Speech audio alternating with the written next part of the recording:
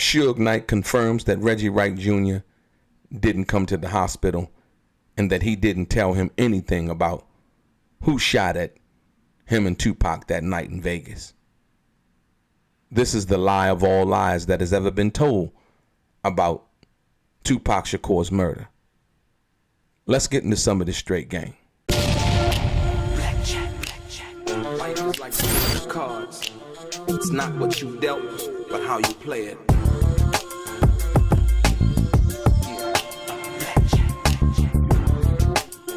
Play each situation correctly. I remember they used to laugh at a brother. Welcome back, guys. Welcome back. It's your boy Delray Richardson, platinum artist, platinum songwriter, Straight Game TV. Thank you for tuning in. I appreciate your time. Do me a favor, hit the thumbs up button. Also subscribe to the channel. And like I always say, if you want to be one of the first people notified when I drop some of the Straight Game, please do me a favor and click on what appears to be that little bell notification right below this video. I'm going to get right into it. Ladies and gentlemen, it has been confirmed beyond any shadow of a doubt that Reggie Wright Jr. was lying about the fact that he said that Suge Knight told him at the hospital on the night that Tupac was shot that Orlando and the crew that he was with was responsible for the shooting. Suge Knight confirmed on Breakbeat Media that he did not talk to Reggie Wright Jr. Reggie did not come to the hospital, and if he did, he did not talk to Suge, according to Suge, and Suge did not tell Reggie anything, and Suge out of his own mouth called Reggie a liar. Listen. It's not about trying to put you down, but at the same time, you never came to the hospital. And if you did, you didn't come talk to me. I damn sure didn't tell you, oh, Southside Crips that shot us. You called it, I believe you told someone right after the shooting, not long after the shooting. How did you know so quickly that the shooting had even taken place? Baby, I didn't know until I went to the hospital and we sitting around, everybody crying, and I went in the emergency room and talked to Suge and stuff. Why would you say that? The most sad part about this is Reggie has been lying for so many years. And as long as Reggie thought that Suge Knight could not speak and his incarceration would prevent him from speaking, Reggie has been concocting these stories, these made up, these fables in regards to Suge Knight and Tupac Shakur. Also, Reggie Wright Jr. had created because it's ironic that the podcast is actually called, the episode of the podcast is actually called Simon Says, from that perspective. And the reason why that is because Reggie Wright Jr.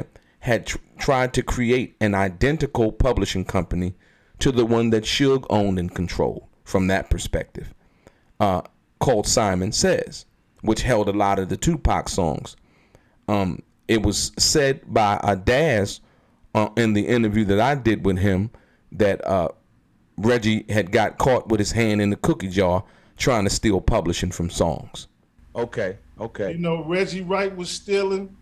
He had made a publishing company under my name, and he was just stealing all kind of shit, man. And, you know, we found that out. And also, if you remember the recent video I did, but I'm going to give you confirmation as to what that is.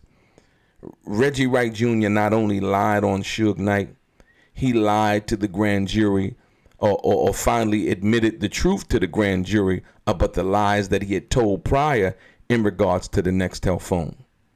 Reggie Wright Jr. had also admitted that he asked Frank Alexander to lie about Orlando Anderson. There's so many lies being told by Reggie Wright Jr. No wonder Tupac fired Reggie Wright Jr. on August 27, 1996. Reggie Wright Jr. also lied about he ran Death Row. Suge confirmed that he actually helped Reggie start Right Way Security, Right Way Protective Services from that perspective, right? So all of the big boss talk that Reggie was talking about was all lies. And the sad part about it is the very person that helped Reggie Wright get on his feet, Reggie Wright has been talking about like a dog.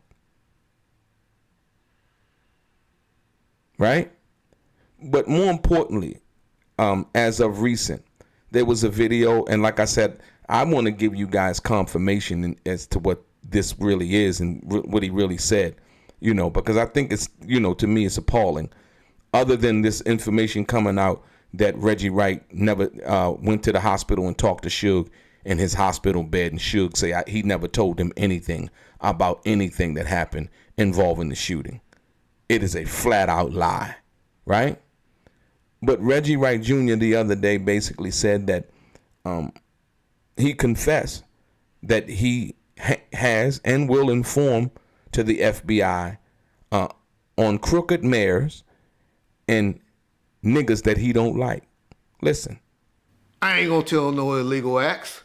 I only put mayors in jail, crooked mayors. I only go to the FBI on crooked mayors. Yeah. Niggas that I don't like. Because I'm very, very, very, if y'all ain't learned anything about me, I'll get you. I'm very vindictive. So there you have it. People can listen. The algorithm can, push whatever narrative that they're pushing over at Bomb First. I get it. They say lies run sprints, but the truth runs marathons. And it seems that Suge Knight speaking out now in regards to all of the truths and everything that involved or didn't involve Reggie Wright Jr. from that perspective, as they're still doing over on Bomb First now. A recent video talked about Reggie saw Tupac interacting or things involving females. Right? No, Reggie Wright didn't. He's lying. And so and being in the same room or anything like that, no, it's all lies. And once again, Suge Knight has come out and confirmed one of the biggest lies that Reggie has ever told immediately after the situation with Tupac, and how he was able to call back to California and relay information to his father in regards to what happened and who did it. Reggie Wright Jr. used Suge Knight as the catalyst or the source of that information. And Suge Knight in 2024 from a prison phone has denied that and called Reggie Wright Jr. a liar. So it's not about trying to put you down. But at the same time, you never came to the hospital. And if you did, you didn't come talk to me. And I damn sure didn't tell you, Southside Crips that shot us. You called it, I believe you told someone right after the shooting, not long after the shooting. How did you know so quickly that the shooting had even taken place? Baby, I didn't know until I went to the hospital and we sitting around, everybody crying, and I went in the emergency room and talked to Suge and stuff. Why would you say that? As I've told you guys before, you can believe nothing that Reggie Wright Jr. says. Nothing at all. So I hope this clears up any misunderstanding that you may have or any belief that you may have that Reggie Wright Jr. over on Bomb First is giving up any kind of real information. It is fabrications after fabrication, after innuendo, after slander, all of those things. But best believe none of it is based in truth. And so when you understand that, and you understand what Suge Knight just said in regards to who Reggie Wright Jr. is, you're going to know he's not to be believed. He's not to be trusted. And the information that he's been telling you in regards to Tupac and Suge Knight has been nothing but lies. Because number one, he was not even there. And when Suge asked him, according to Frank Alexander, what's up, Reg, what happened? Reggie once again passed the buck, being the person who was supposed to be the head of security or own the company, Right Way Protective Services.